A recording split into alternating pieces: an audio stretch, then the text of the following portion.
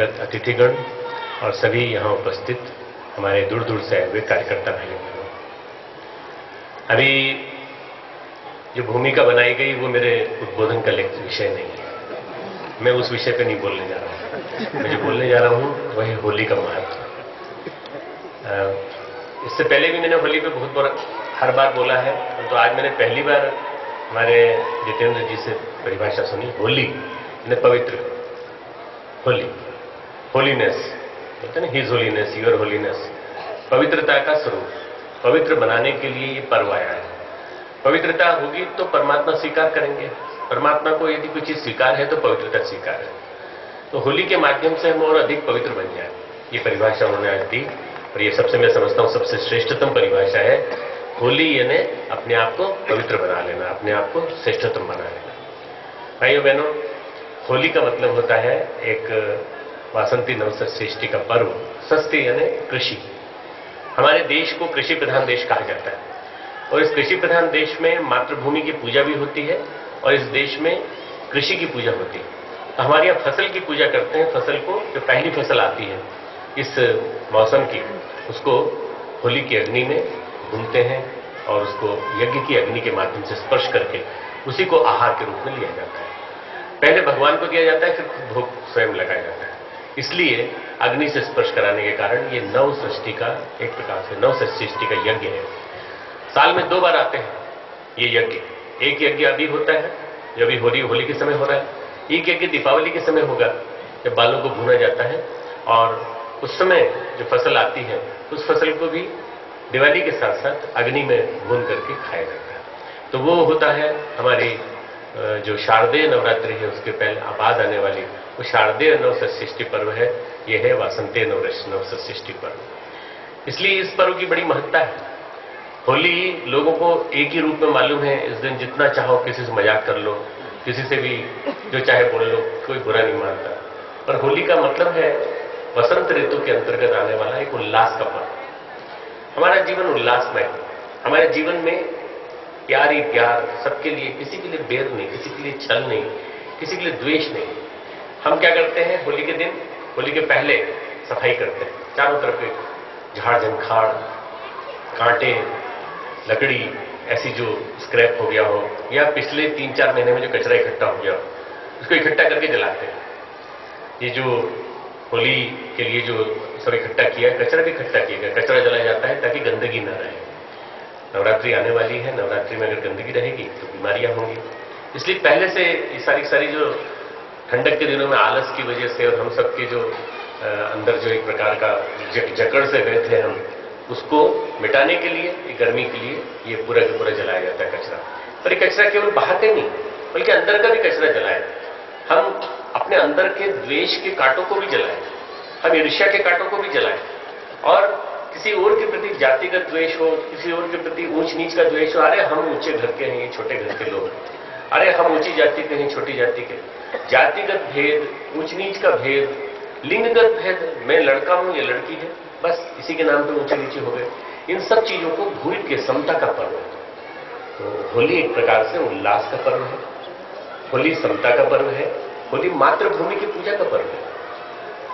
होली के माध्यम से हमारे जितने भी शहीद हुए हैं उन सब ने होली से प्रेरणा लेकर वसंती चोला, इसी को उन्होंने प्रेरणा का सूत्र बनाया। और इसी के तुरंत बाद बैसाखी पर्व आता है। बैसाखी का पर्व आता है और बैसाखी आज से करीब 14-15 दिन बाद आती है। उसके तुरंत बाद जो है हमारा चालू हो जाता है पूर्ण चैत्र नवरात्रि। और चैत्र नवरात्रि जो है ये एक प्रकार से हमारा शुभारंभ है, नव संवत्सर का शुभारंभ। 9 संवत्सर का शुभारंभ, और आज से एक प्रकार से होली के माध्यम से एक उल्लास का पर्व। जीजी ब्रज की रहने वाली हैं, तो जीजी क्या तो बरसाने की लठ मार होली होती है, बड़ी जबरदस्त होली होती है। और वो चालू हो जाती है अभी परसों से, 2 तारीख से चालू हो जाएगी वहां पर। और वहां से जो चालू होगी तो 10-12-14 दिन तक वहां बिल्कुल सारा उमंग ही उमंग, उल्लास ही उल्लास, चारों तरफ ब्रज में उल्लास ही उल्लास। अब वो जीजी पहले तो खूब जम के मनाती थी, आजकल थोड़ा कम कर दिया उन्होंने, वैसा पर्व नहीं मनता। फिर भी उसका एक छोटा सा संस्करण कभी कभी देखा जाता है, उसको लोग देखते बड़े हर्षित होते हैं कि ये होली का उल्लास का स्वरूप है, सबके लिए उपलब्ध, सबके लिए सुलभ। ऐसा नहीं कि हम बड़े हैं, हम मिलेंगे जुलेंगे नहीं, हम सबके लिए सुलभ, पर हल्के फुल्केपन से नहीं, हमारा हल्का फुल्कापन नजर आए, हमारा व्यक्तित्व का भारी भरकम भी हो, परंतु अंदर से हमारे अंदर व्यंग विनोद की जो वृत्ति है उसको मुखरित होने का मौका मिले। ये होली का एक विशेष महत्व है। आज होली के जो प्रधान हमारे जो देवता है वो नरसिंह भगवान, हमारे अंदर भी सिंह छिपा पड़ा है, न जाने क्यों निकल के नहीं आता। देशभक्ति की जब बात आती है तो हमारे अंदर से क्यों नहीं शौर्य जागता। जब देश की रक्षा करने की बात आती है तो बड़े जोर से नारे लगाते हैं, देश की रक्षा कौन करेगा, हम करेंगे, हम करेंगे। तो जब करने की बात आती है तो रक्षा क्यों नहीं करते। हमारे देश को तोड़ा जा रहा है, जाति के नाम पर, विभिन्न प्रकार से लिंग के नाम पर, हमारे यहाँ विभिन्न प्रकार से ऊंच नीच के नाम पर न जाने कितने वर्गों में बांट दिया गया है। तो इस देश को जो तोड़ने के षड्यंत्रों के खिलाफ क्या हम संघर्ष कर सकते हैं? क्या हमारे अंदर से उत्साह जाग सकता है कि हम इसके लिए लड़ेंगे और हम उत्साह पैदा करें? अश्लीलता के माध्यम से जो चारों तरफ एक जहर फैला पड़ा है, उस अश्लीलता के खिलाफ होली मना सकते हैं क्या? अरे होली मनानी है तो ऐसी कैसी होली, होली मनाना है तो अश्लीलता की होली मनाओ, अश्लील पोस्टर्स की होली मनाओ। होली मनानी है तो नशे की मनाओ, सारे बीड़ी तंबाकू गुटखा इन सबको जलाओ, दुकानों में जाओ, उठा उठा के निकाल के ले आओ, जाकर सबको जलाओ और कहो कि ये नहीं, ये किसी हालत में नहीं किया जाना चाहिए, ये आदमी के लिए नरक का द्वार है और आदमी के घर की बर्बादी का रास्ता है, इसके लिए होना चाहिए। तो ये जो जितने भी उधर सुधारात्मक आंदोलन है, इनकी शुरुआत करने के लिए ये बहुत बढ़िया महत्वपूर्ण पर्व है जो आता है। शुरुआत में हमारे जो प्रधान कर्मकांड के संचालक हैं इंद्रेश जी, इन्होंने कहा शूद्रों का पर्व है। ये शूद्र क्या होता है? एक दिन साल में एक बार ऐसा बनने के लिए मोटिवेट किया जाता है कि हम भी सबके जैसे बन जाए। शूद्र क्या है? परिश्रम करने वाला, श्रम करने वाला एक व्यक्तित्व का आयाम है। शूद्र कोई जाति नहीं है, शूद्र कोई वर्ण विशेष नहीं है, शूद्र कोई अलग से नहीं है। ये तो अंत्यज करके और शूद्र करके और हरिजन करके अलग कर दिया गया, दलित वर्ग करके अलग कर दिया गया। ऐसा कोई वर्ग नहीं है। हमारी व्यक्तित्व का जो स्तर रहेगा, पर्सनालिटी के ट्रेट्स हैं, जैसा ट्रेट हमारा रहेगा, यदि हमारा चिंतन का स्वरूप नहीं उभर पाया तो हम जो है शूद्र है। और अगर हम थोड़ा सा और ऊपर उभर नर पशु के रूप में जी रहे हैं, पेट प्रजनन का जीवन जी रहे हैं तो शूद्र है।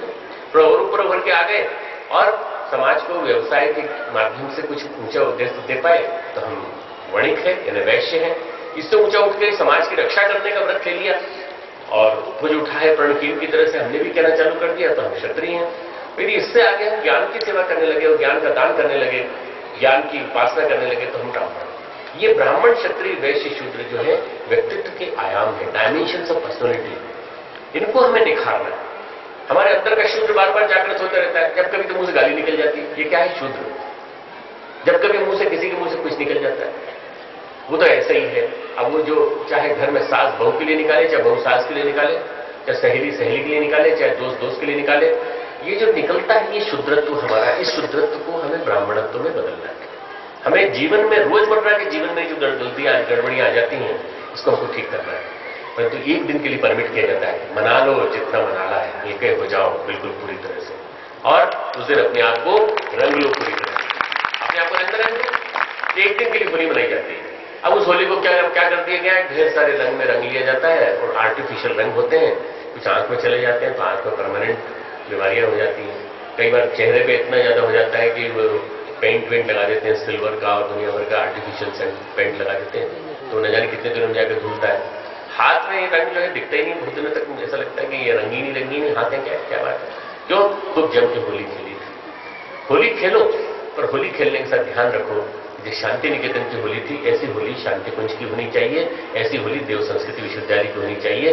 फूलों की होली होनी चाहिए। फूलों की कोई कमी नहीं है। फूलों की होली खेलो और मदमस्त होकर खेलो, क्योंकि मदनोत्सव पर्व कहलाता है। मदनोत्सव पर्व, वसंतोत्सव पर्व। वसंत का वास्तविक उत्सव यही है। वसंत पंचमी शुरू हो जाती है माघ शुक्ल पंचमी से, और वसंत का वास्तविक स्वरूप जो है यहाँ से शुरू होता है। और यहाँ से शुरू होकर के चैत्र ऋतु कल से शुरू हो जाएगी। चैत्र ऋतु के शुरू होने के साथ साथ हम इसको एक प्रकार से वसंत का एक प्रकार से ये मान लीजिए समापन वाला समय आने वाले 1 महीने तक चलेगा। और ये इसके बाद जाकर के चैत्र, वैशाख, ज्येष्ठ, आषाढ़, सर माह आते चले जाएंगे और ऋतु आते चली जाएंगी। ग्रीष्म ऋतु आने में भी 2 महीने की बारी। थोड़े दिन पहले ठंडक थी। जो यहाँ पे बैठे हैं हमारे विश्वविद्यालय के छात्र छात्राएं बैठे हैं, हमारे शांतिकुंज के कार्यकर्ता भाई बैठे हैं। आज से 15 दिन पहले, 20 दिन पहले सिहराने वाली ठंड थी। देखते देखते